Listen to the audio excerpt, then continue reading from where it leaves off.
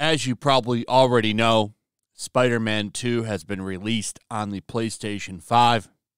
It is a massive success. As of now, it's sold 2.5 million units. I would say it's probably getting up there to about 4 million now, if it hasn't already surpassed that. I'm sure this will probably be the biggest game on PlayStation 5, without a doubt. But there's some stuff going on over on the journalist side of game coverage that I want to talk about today. And we could start right here. Polygon put out this article on October 25th, 2023. They said, "Please, Spider-Man games, stop making me play Mary Jane stealth missions." Now, in the first one, you couldn't do anything to anybody, but in this game, you can actually tase mercenaries. I argue that it's better because you can actually speed through them now. I got through this one. I've only played the first one. I guess there's a couple. I got through it rather quickly because I just ran around and tased everybody and then was very easily able to finish the mission. It's not the greatest. It's a little bit better than the first games, but you know what I find funny about this? Her missions are nowhere near as bad as when you play as Miles' girlfriend, where you go around spray painting buildings as a death woman. So that entire time, there's no sound. It's very muffled because they want you to experience what it's like to be a teenage death girl. So you run around this long-ass mission. It feels longer than it probably is, where you can't hear anything. And they just put, like, emojis on the girl and people around her. It's awful, awful, awful mission. I don't know. It almost breaks the feel. Like, if you're, like, playing mission after mission and kind of really into it, it breaks the immersion. It's so bad. But you won't see any articles calling that boring. I promise you. Now, this isn't the main point of this video. It's just an extra. What I want to talk about is what's going on with this game in the Middle East. It looks like Spider-Man 2 could be banned or delayed in the Middle East. This is from July 27th because it's already been released in the Middle East. Now, the reason that this game would have trouble being released in the Middle East is because there is a lot of LBGT representation in this game. So much so that all of the outlets are out there saying, "Oh my God, it's amazing. This is the best. We love it." They changed Black Cat, who now has a girlfriend. All kinds of shit going on in this game. Now, the problem that the developers and Sony were running into is that in Saudi Arabia, where there's a lot of money, by the way, a lot of money to be made over in that market, you can't release games like that. It's not allowed. They don't allow that. So they had a little bit of a problem. The game was originally pulled from, there was some kind of, gaming convention thing there where they had Spider-Man 2 originally to be displayed and played there. They had to take all of those down. And it was looking like the game wasn't going to release there, or at least if they were to stick to their guns, because there is no debating this. You either remove it or it doesn't get released there. So as you can see, Final Fantasy 16 did not have the best of luck getting a release over there. I don't know if that's changed or not, or if they decided to put it out there or just leave it alone. But as far as I know, this was never released in Saudi Arabia. But Spider-Man 2 did get a release there. A moment of relief, IGN India says right here. Marvel Spider-Man 2 is releasing in the Middle East. Oh, well, how did they manage to pull off that feat? Well, they had to remove all of the pride flags and all of any LBGT content. And if it was in there, particularly, I think the big standout mission would be the Homecoming mission. This is a mission in the game. It's a Miles Morales side story. By the way, all of his side missions are awful.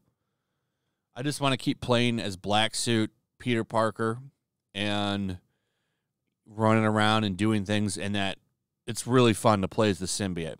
But then you have to drag the story down so you can go save musical instruments from the Harlem Institute of Music. It's awful. I haven't even finished that side mission yet, but all of his stuff is boring. The Haley spray painting mission, you do that through him. So, actually, I take that back. The one side mission he has that's great is the Mysterio. There's a Mysterio mission.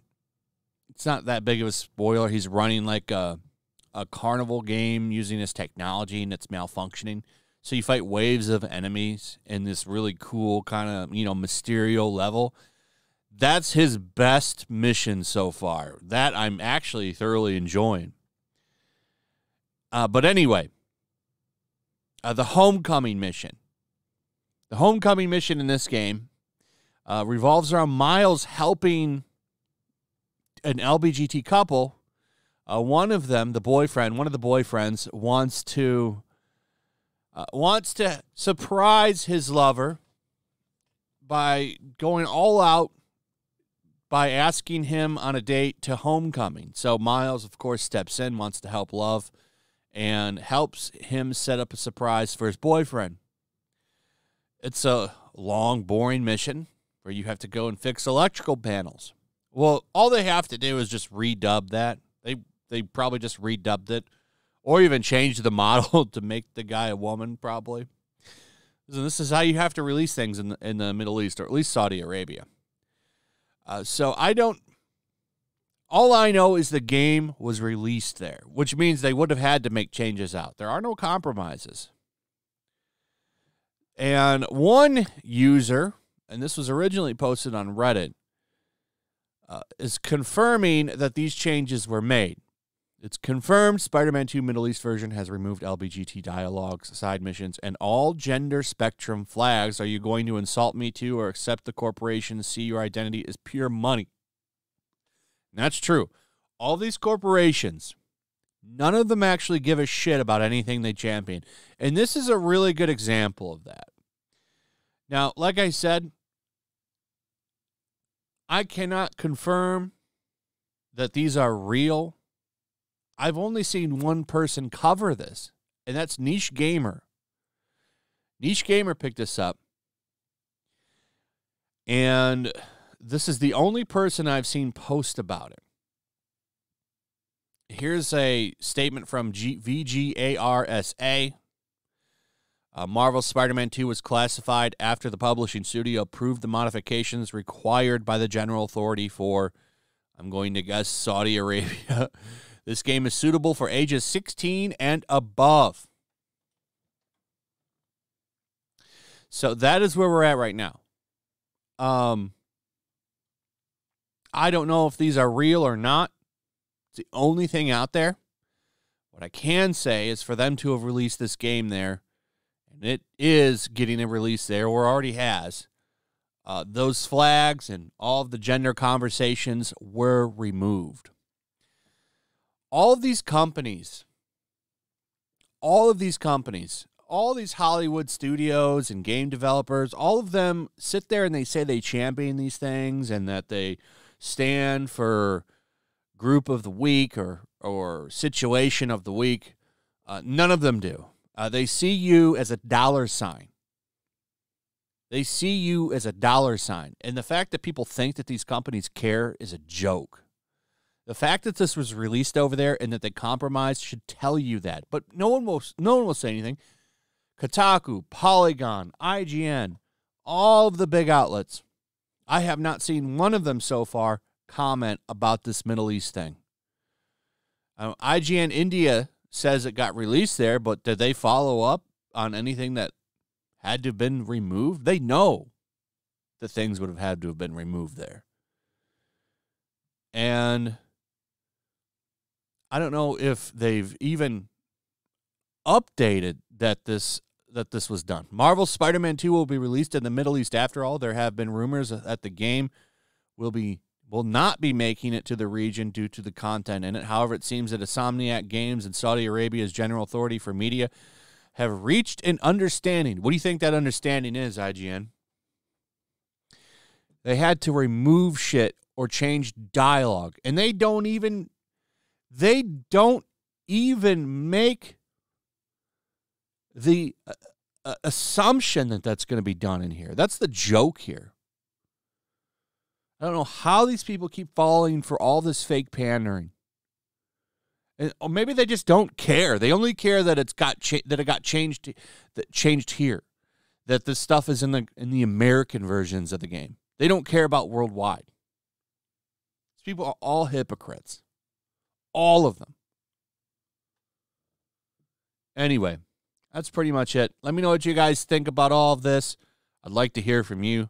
Also, if you would, please like, subscribe, share the video. Make sure you're still subscribed. Hit that notification bell. Check out my Rumble and Locals, and I will see you on the next one. Peace. Make sure to check out my Locals. There's a link in the description. It's a fun community that I'm trying to build over here. If you don't want to support me on YouTube, you can come over here. None of that money goes to YouTube.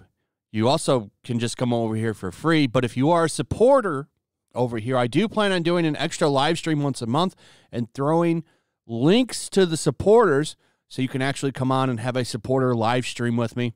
Also, it's a good place to catch all of my content. You don't have to worry about notifications like YouTube. They'll definitely work over here. So come check out my Locals.